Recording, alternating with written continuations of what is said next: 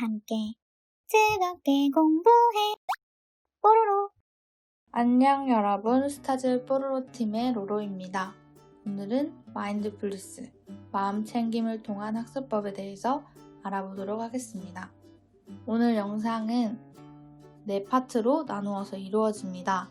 먼저 마음 챙김이란 무엇인지, 그리고 마음 챙김이 왜 중요한지, 두 번째로는 마음 챙김 학습법에 대해서 알아볼 것입니다. 그리고 간단하게나마 마음 챙김을 연습하는 시간도 가질 거고요. 마지막으로는 배운 내용을 잘 적용해 나만의 마음 챙김 학습법을 개발할 수 있도록 내 것으로 만드는 활동까지 해보도록 하겠습니다. 먼저 마음 챙김에 대해서 알아보도록 하겠습니다. 마음 챙김이란 불교 수행 전통에서 기원한 심리학적 구성 개념으로 현재 순간을 있는 그대로 수용적인 태도로 자각하는 것을 말합니다.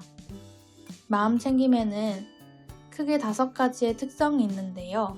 현재 경험하는 것의 주의를 온전히 유지하고 집중하는 주의 집중, 경험에 대한 즉각적이고 명료한 알아차림을 의미하는 자각, 관찰한 속성에 대하여 말로 명명하는 기술, 자신의 경험을 판단하지 않고 있는 그대로 받아들이는 비판단적 수용, 관찰자의 위치에서 현상을 바라보는 태도인 탈중심적 주의.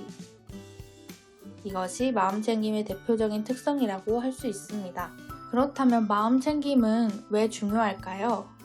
다양한 측면에서 중요성에 대해 언급하고 있지만 대표적으로 4가지를 살펴보도록 하겠습니다. 행동 통제 능력을 증진시킬 수 있다는 점에서 중요합니다. 우리에게 더 많은 선택권을 주고 행동을 통제할 수 있는 능력을 증진시킬 수 있습니다. 그리고 감정의 고통을 줄이고 즐거움을 상승시킬 수 있기 때문에 마음 챙김이 중요하다고 말하고 있습니다. 또한 주의 집중을 돕고 효과적이고 생산적인 결정을 하도록 도움을 주기 때문에, 마지막으로 불쌍하거나 안쓰럽게 여기는 것이 아닌 있는 그대로의 상황을 알아차린다는 의미의 동정심. 이 4가지 외에도 마음 챙김의 중요성에 대해서는 다방면으로 언급이 되고 있지만 대표적인 4가지를 말씀드렸고요.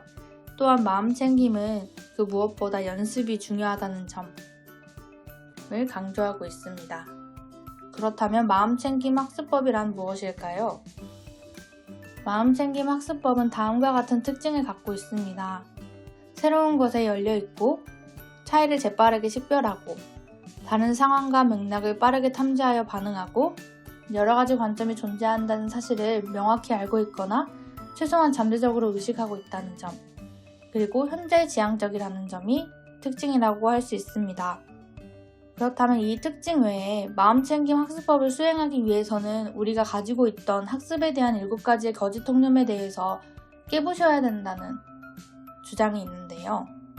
그렇다면 그 7가지 거짓 통념이 무엇인지 알아보도록 하겠습니다.